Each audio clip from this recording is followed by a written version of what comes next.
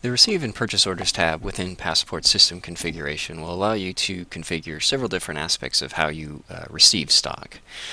First is the receive stock methodology. The default setting for this is single location, multiple stock.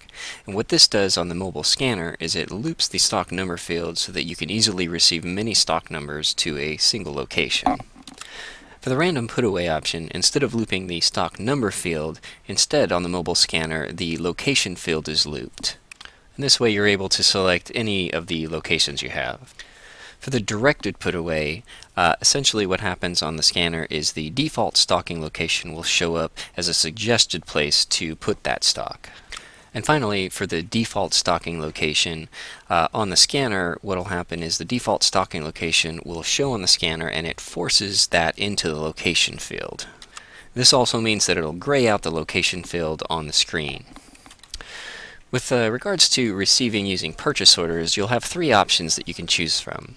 Non-validated purchase order means that it's not going to validate the purchase order or the line items on that purchase order.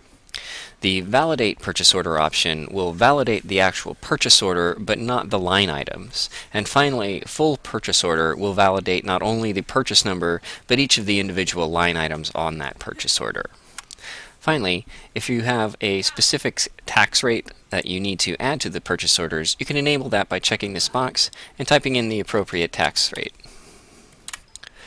Finally, with regards to the alert notification section, if you're using the additional email and text alert module, you'd be able to send alert notifications when items are received into your stock inventory, either by dynamically choosing the receiver on the receive form, by selecting the supervisor of the logged in user, or you can specify a particular individual. And once you have all that information set, just click Save, click Yes to the new settings, and now that information has been updated within Passport.